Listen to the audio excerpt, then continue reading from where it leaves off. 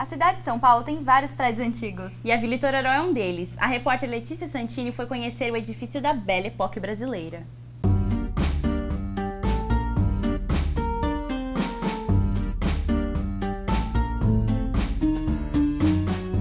Quem hoje se depara com uma São Paulo de prédios modernos, talvez não se lembre que a cidade, no início do século XX, era cheia de palacetes e casarões, assim como na Vila Itororó.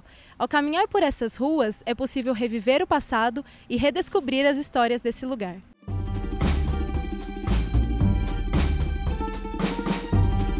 A ideia de transformar a Vila Itororó num espaço público de cultura tem origem nos anos 70. Por volta de 1974, uma equipe de arquitetos, dentre os quais o arquiteto Décio Tosi e o arquiteto Benedito Lima de Toledo, que são dois arquitetos importantes na cena da história da arquitetura e de projetos em São Paulo, começam a desenvolver então as primeiras propostas do que eles entendiam que fosse um centro cultural envolvendo a Vila Itororó, ou seja, o conjunto das casas da Vila Itororó. A ideia do roteiro de obras aberto ao público é exatamente da gente poder democratizar o debate do que é o centro cultural esperado para esse espaço, né?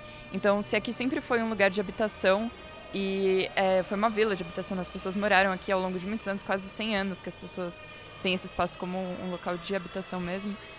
Como que a gente poderia simplesmente apertar uma chave e mudar isso aqui para um centro cultural? A Vila Itororó surgiu como um espaço de casas de aluguel, mas em razão de sua importância histórica, o local se transformou em um centro cultural temporário.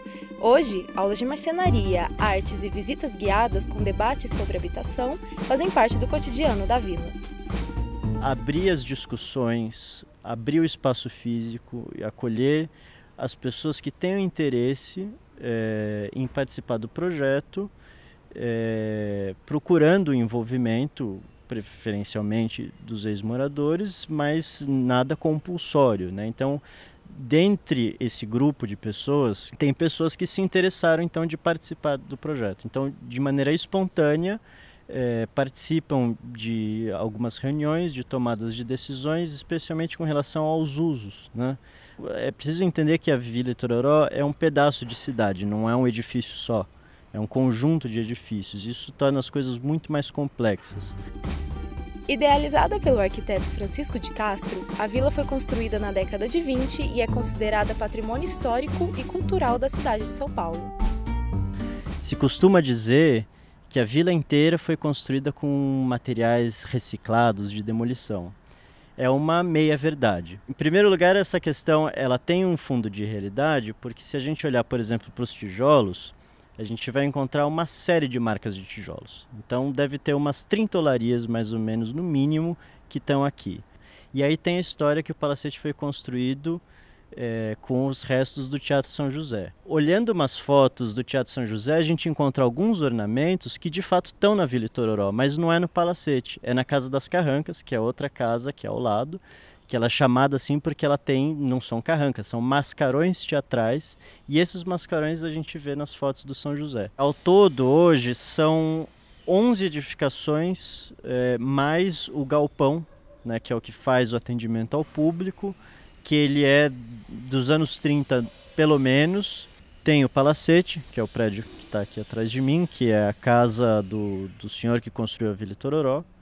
Tem a Casa das Carrancas, assim conhecida, porque ela tem umas ornamentações icônicas. Tem uma série de casas que sempre foram construídas para aluguel e tem a sede do antigo Clube Éden Liberdade, que era uma sociedade de futebol, de várzea, de bairro, que vem chegar até o terreno e aqui se transforma num clube com outras atividades para sócios, com piscina, etc. O projeto de restauro aproxima as relações entre a cidade, as pessoas e a arte, trazendo uma cultura viva ao mesmo tempo em que preserva as marcas do passado. A Vila Itororó é patrimônio histórico, né?